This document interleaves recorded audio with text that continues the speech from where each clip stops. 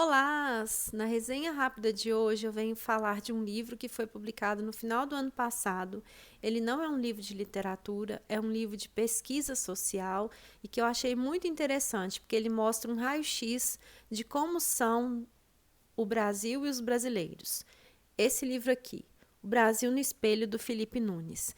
O que eu achei legal é que o Felipe Nunes, ele diretor do Instituto de Pesquisa Quest, ele entrevistou mais de 10 mil pessoas de diferentes idades e regiões do Brasil.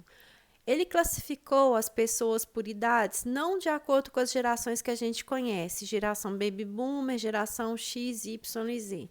Ele classificou as pessoas aqui no Brasil como geração Bossa Nova, que são as pessoas que nasceram entre 1945 até 1964, a geração Ordem e Progresso, que são os nascidos de 1965 a 1984, a geração Redemocratização, que nasceu entre 1985 a 1999, e os nativos digitais, que são a geração .com, que são os nascidos a partir do ano 2000 até 2009. O que eu achei legal nesse livro é que ele coloca de forma bem sistemática o que nos une e o que nos separa. Então, o que une o Brasil? Primeiro, a religião. O Brasil é um povo cristão. 96% das pessoas dizem acreditar em Deus e 86% diz que a fé é mais importante que a ciência. O outro ponto é que o Brasil é um país onde as pessoas acreditam muito em soluções individuais, então as pessoas são individualistas, 73% delas acreditam nisso. O brasileiro é um povo cansado, então ele coloca aqui que 7 em cada 8 pessoas têm uma segunda fonte de renda. Então, por isso que o brasileiro acredita muito na meritocracia, acredita em soluções individuais para alguns problemas coletivos. O Brasil também tem um grande problema com relação à confiança.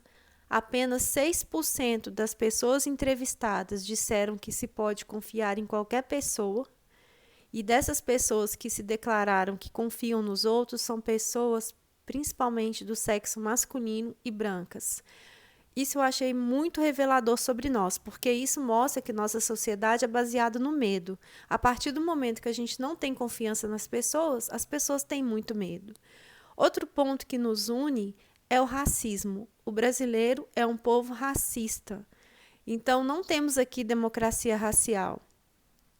Isso é um ponto doloroso. Então, 77% dos homens brancos entrevistados concordam que o país é racista. 86% das mulheres brancas também. E quando perguntados se são racistas, apenas 3% dos entrevistados se disseram abertamente racistas, enquanto os outros disseram que conhecem sempre alguém racista. Ninguém é racista, eles conhecem alguém. Outro ponto interessante que se mostra nesse livro é a tendência que o brasileiro tem de deslocar as responsabilidades do governo para o indivíduo. Então, o brasileiro confia muito nas soluções individuais. E é um país desigual, segundo o índice de Gini. Esse índice de Gini mostra a desigualdade no Brasil comparado com o resto do mundo. Quanto mais próximo de 100, mais desigual. E quanto mais próximo de zero, menos desigual. O Brasil pontuou com 53%, ou seja, ele é um país muito desigual no quesito renda. Outra coisa que eu achei interessante aqui no Brasil é que o brasileiro, quando perguntado sobre as palavras que definem o povo brasileiro, as palavras que foram mais faladas foram que os brasileiros são guerreiros. E a segunda palavra mais falada é que o brasileiro é preguiçoso. Terceira e quarta palavras foram: o brasileiro é otimista e corrupto, com aproximadamente 8% cada um. Com relação ao gênero musical, as músicas que o brasileiro mais gosta é o sertanejo, com 27%, em seguida o gospel. Os outros gêneros musicais vêm na sequência. Um ponto importante também, que é marcado aqui nesse livro, é com relação ao modelo familiar. O brasileiro, ele acredita que os modelos familiares são os modelos tradicionais e isso nos desune. Ao passo eles defendem os valores de uma família tradicional.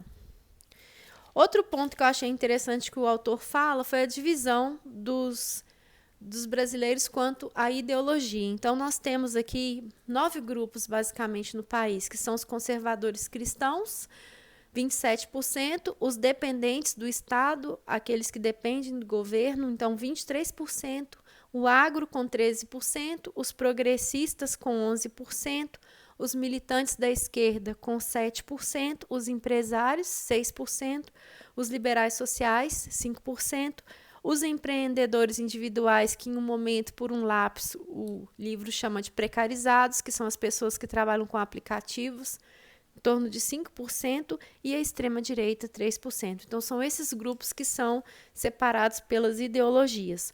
Um ponto que esse livro fala mais para o final dele, que eu gostei bastante, foi o efeito Dunning-Kruger. O efeito Dunning-Kruger é um efeito que foi estudado por 2 psicólogos, o David Dunning e o Justin Kruger, que ele diz o seguinte, que as pessoas menos competentes têm tendência a superestimar as suas habilidades. Então, o brasileiro é um povo que tem muito disso, fala das coisas sem ter conhecimento, com pouca propriedade. Então, a gente não é bom em saber o que a gente não sabe. Ou seja, resumindo, nós somos idiotas confiantes. E aí, no final do livro, ele aborda uma pesquisa que ele fez para poder provar quantos % da população está nessa situação, e aí ele verifica o seguinte, que quanto mais as pessoas estudam, menos elas estão submetidas a esse efeito do Dunning-Kruger. Bom, tem mais 12 revelações que ele faz aqui no livro para refletir sobre o Brasil. O Brasil é um país muito grande, diverso, complexo, como se fossem vários países convivendo aqui dentro. E se você quiser saber mais, eu recomendo muito essa leitura. Até a próxima. Tchau, tchau.